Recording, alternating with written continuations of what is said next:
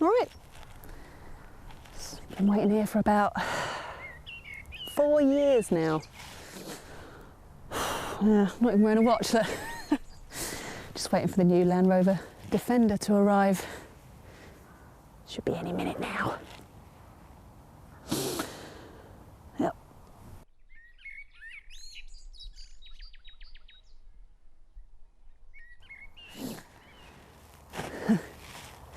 Like I was saying, any minute now. Oh, see? Told you.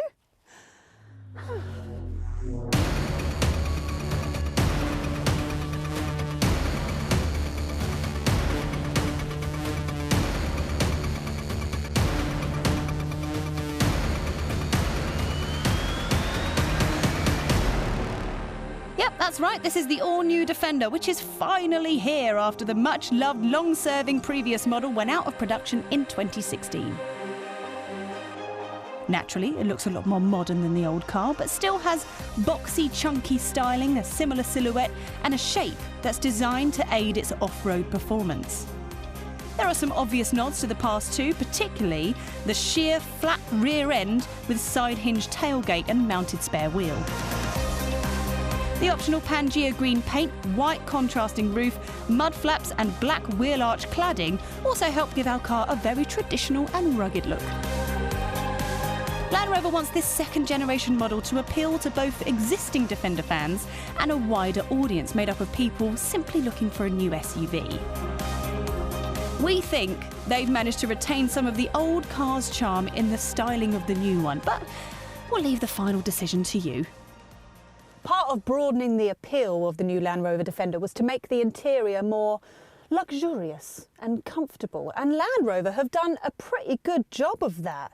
I mean, if you compare it to the old interiors of the old Defender and the old series cars that were great fun to bounce over fields on, but they weren't comfortable for long journeys and didn't really feel that safe either. But in contrast, this feels modern and more plush.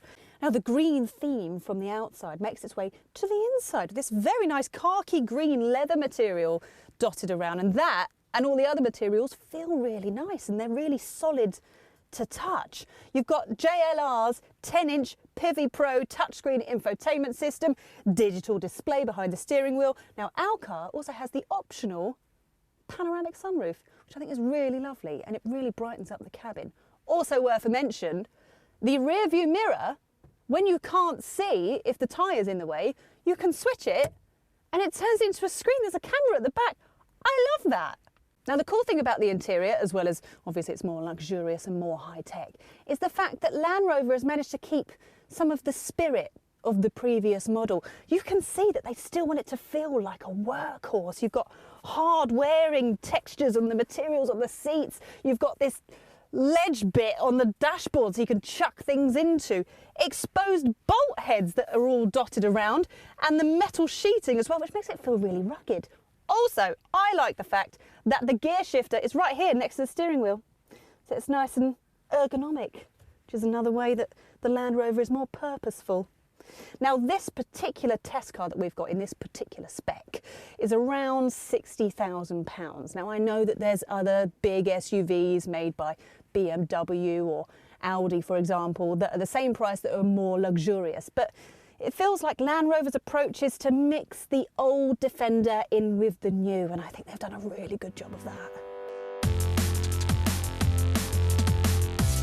The Defender comes with a long list of standard equipment, including LED headlights, the Pivi Pro infotainment system with Android Auto and Apple CarPlay, heated seats, sat-nav, a parking camera, air suspension, power folding door mirrors, and a range of safety systems. Our car is in the SE trim, 2 steps up from the entry-level model. This gets extras like keyless entry, leather for the interior, an upgraded sound system, the digital dials, and even more safety tech. Options fitted included 3-zone climate control and an air quality sensor for the interior. Now, those aren't the only options available, and if I was to give you the full list and the entire model range, I will be sat here for my next few birthdays. But hey, since it's you, I'm going to do my best to summarise. Ready? The Defender is available as a 3-door known as the 90 or the 5-door, which is this one known as the 110. There is the standard version, the X Dynamic, the X, which adds extra equipment and makes the more powerful engines available. Now within each of those there is the standard, S, SE and HSE trims. It depends on which model or engine you choose. And then there's the additional packages like the cold climate package or the towing package. And look, if you're looking to buy a Defender, then you're probably better loading up the configurator or downloading a brochure to see all of your choices. Our advice, even the most basic car is really well equipped. If you go up to the S, then that's going to be luxurious enough for most people. Right, can we go find some mud, please?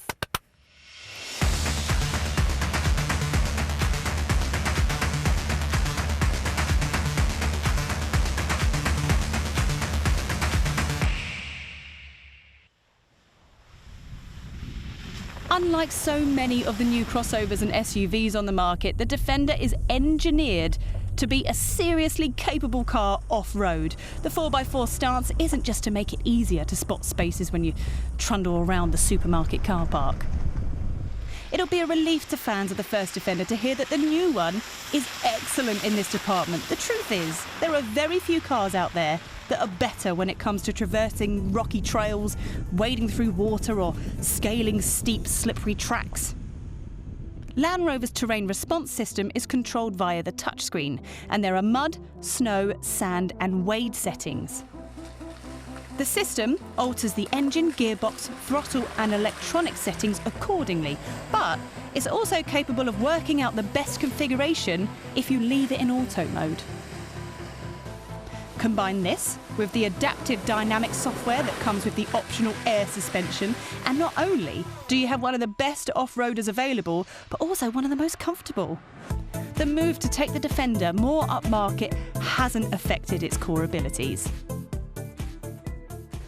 Just like the old Defender, the new one has a side hinge boot lid, which opens to reveal 1,000 litres of boot space, which is plenty, or 2,300 litres once you fold down the back seat. So it's always worth remembering that the tailgate is there when you're parking, because sometimes you might not be able to open the door. It's also worth remembering that the 3-door 90 isn't as long as this one, so the boot space is just under 400 litres, and you don't get the 2 extra seats in the back for the kids, which actually makes this 110 a 7-seater if you need it to be.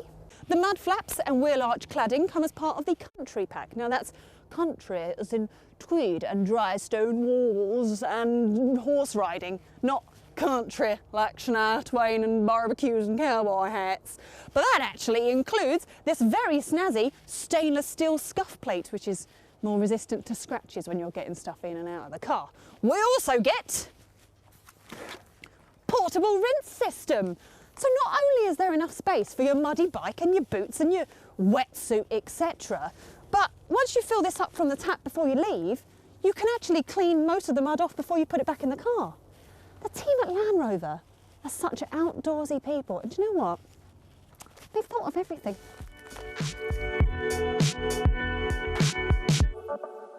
Now, one of the biggest improvements from the old Defender to the new one is how well it drives on normal roads. Now, the old Defender felt a little bit agricultural, rustic, probably a better way of saying it, whereas this feels more refined and it's actually quite fun to drive on the open road. The ride feels nice and composed and the steering feels positive and quick, which makes the car feel quite agile. Considering it's such a big car, you wouldn't normally expect it. Obviously the grip is very good thanks to the 4-wheel drive system, and while it does lean a little bit on bends, it's only really just letting you know what the car's doing rather than feeling like you're about to topple over. One thing you will notice straight away is, blimey, this car is big! So sometimes it makes parking a bit of a challenge and manoeuvring, and even getting it on the drive. This is the D240 diesel model, which uses a 237 brake horsepower 2-litre 4-cylinder engine. And actually, the diesel engine is surprisingly quiet. It's got a lot of pulling power, which is good for a car of this size, also considering the fact that you're going to have to use it off-road. But actually, Land Rover have said that as of 2021, they are going to upgrade all of their engine ranges. So this is going to have a very nice upgrade to a bigger 6-cylinder engine with mild hybrid technology. It's going to be called the D250. It's not going to make it any more economical, but it will make it slightly smoother. I think that's the one downside of the Defenders, is that none of the engine options are particularly efficient. The new range is made up of 3 diesel and 2 petrol options. The diesel uses a 6-cylinder engine with mild hybrid tech, the first of which is the 197 brake horsepower D200. It's capable of 32 miles per gallon with CO2 emissions of 232 grams per kilometre and 0 to 60 in 9.5 seconds. There are then 2 more powerful versions of the same engine called the D250 and the D300, which are more expensive to buy, but not any less economical. The entry-level petrol model is the 296 brake horsepower 2-litre 4-cylinder P300. While those wanting the 395 brake horsepower 3-litre 6-cylinder petrol engine with mild hybrid tech in the P400 have to go for the range-topping Defender X model. The bigger engine will be smoother, more powerful, will cost the same to run as the smaller one, but it makes the Defender very expensive to buy. Diesel power makes the most sense in a car like this, and the D250 is the model that we'd recommend. A plug-in hybrid model is also on its way and will offer vastly reduced running costs if you remember to keep the battery topped up. The P400e uses the 2-litre petrol engine with an electric motor to return just over 80 miles per gallon and 0 to 60 in a time of 5.4 seconds. Want to know what else in motoring is as iconic as the Defender? The Carbuyer deal makers and deal breakers section. That's what. If you need an SUV that actually delivers on the promises made by its styling, there's not much that can beat the Defender off-road, and now it's also fun to drive on-road too. The inside of the Defender is now comfortable and stylish, as well as functional. The 5-door 110 version of the Defender has space for an extra 2 rear seats, and there's plenty of room in its very well-shaped boot. All the engines available for the Defender are suitably powerful, but they're not very economical as a result. Only the plug-in hybrid model promises decent efficiency. The practicality and boxy styling helps make the Defender what it is, but this isn't an easy car to live with if you're trying to use it on narrow streets or in tight spaces. You know what?